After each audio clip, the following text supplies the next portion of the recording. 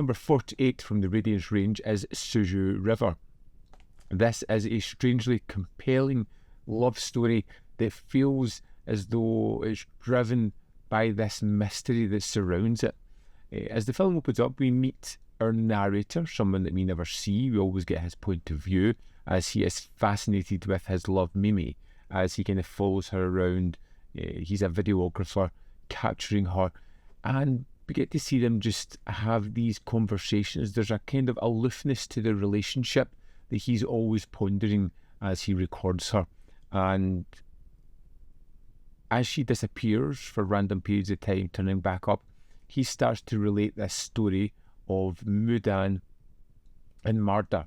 他说就是住在附近的一个疯子，每天都骑一辆旧的摩托车经过我的阳台，说他一直在找他以前爱过的一个女孩。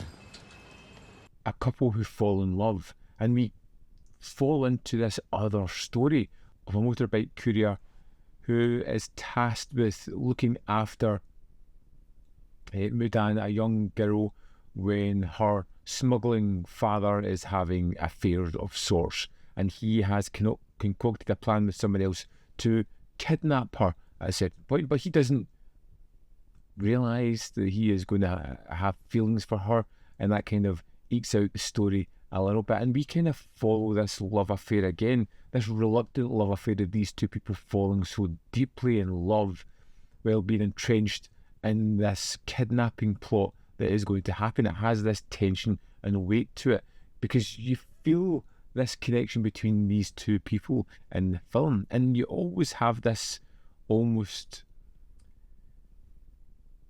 godlike narrator telling the story to us, driving us through the narrative, and it's quite clear that at certain points he doesn't seem to know where this story is going.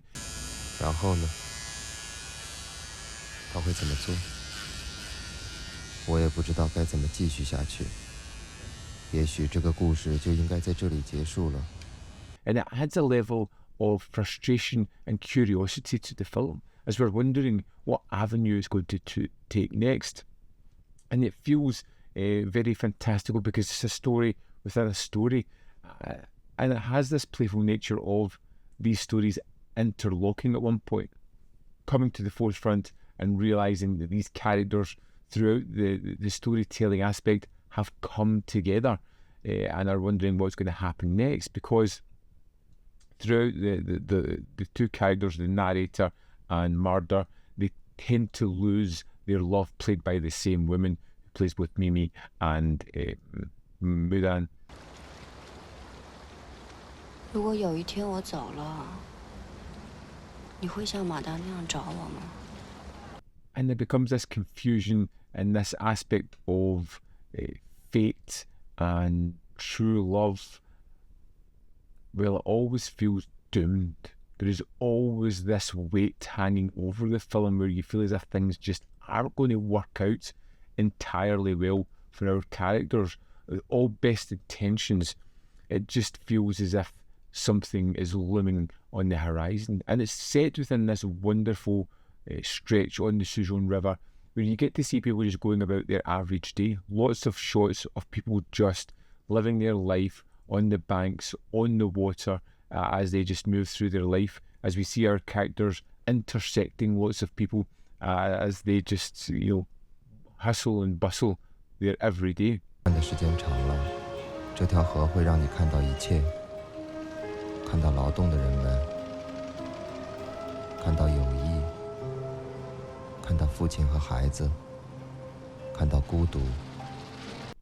Cinematography is fascinating, and you get these glimpses of people just going about their business. You get the idea of the scope of this area, of the amount of people that's living here, how this is just one tale within these thousands of people that populate this geography, and it just creates this wonderful atmosphere. There is some terrific cinematography and some stunning shots throughout this, but it's the story which is really fascinating, because you get drawn into the love story, you get drawn into the mystery. There is the idea of this narrator who we never see, who you're never quite sure whether he's giving us all the information, whether he's making it more like a fairy tale to spin a yarn to us. The fact that he loses the thread and doesn't know where the story is going adds more to the mystery and to the impact of it. And it just becomes a film that is fascinating to watch. I loved the characters. I loved Mimi and Mudan and Mardar and the narrator. These 4 people whose lives are going to become intertwined throughout the story.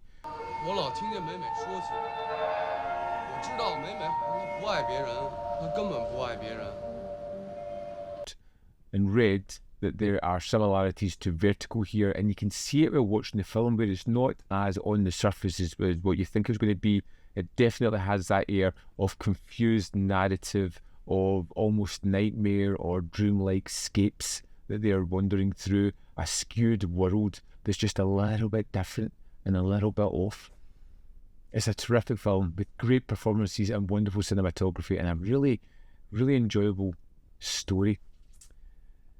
Let's dive into the extras and see what they have on this disc. Here we are in the disc for Suzhou River. Let's go to the special features. First up we have Tony Raines. Critic Tony Raines discusses his early interactions with Yu Ye as a film student, the unusual story of the film's funding and Suzhou River's significant impact on Chinese film industry. This runs at 32 minutes 58 seconds. Tony goes on a bit about the director and the state of independent cinema at the time and how it's changed, the kind of financial issues that they had and the kind of similarities that came after the fact with the Vertigo. Next we have In Shanghai. Shot in digital video by Liu Ye, this documentary is a personal portrait of his hometown in Shanghai. It runs at 16 minutes 10 seconds and it is a terrific extra that's almost hidden away on the disc. It is something that you must check out. Again, it has that kind of voyeuristic nature. We have the narrator telling us all about his hometown, how things have been modified or changed, and just little interesting tidbits. And it is absolutely fantastic. And there is the trailer, which runs at 1 minute 43 seconds. Also included in this disc is a 40-page booklet that has a couple of essays and interviews within it. I particularly loved Anatomy of a Fall, the cinematic building blocks of Suzhou River, which kind of talked about all the influences, various movies that could have had an impact on this, but this movie definitely has parallels with lots of them, which I thought was a really interesting article. And that's the extras for Suzhou River. Suzhou River is really great. I loved it. I thought it was a fantastic tale. It's a really quick watch as well, under 90 minutes, and it zips by. The cinematography is terrific. The story is really interesting and surprising and rewarding at times, and it's the mystery that really just kept me curious about where things were going to go. I would love to know your thoughts on Suzhou River if you've seen it. So let me know in the comment box below whether you love it, hate it, feel somewhere in the middle. I don't know your thoughts on the whole take of the mystery and of the love story. I can't wait to read your comments on this one. As always, there is more content up here. You can see more of my stuff. In the description box below are links to Patreon, membership program and manvfilm.com. Always a which you can support. Thanks for watching. See you next time.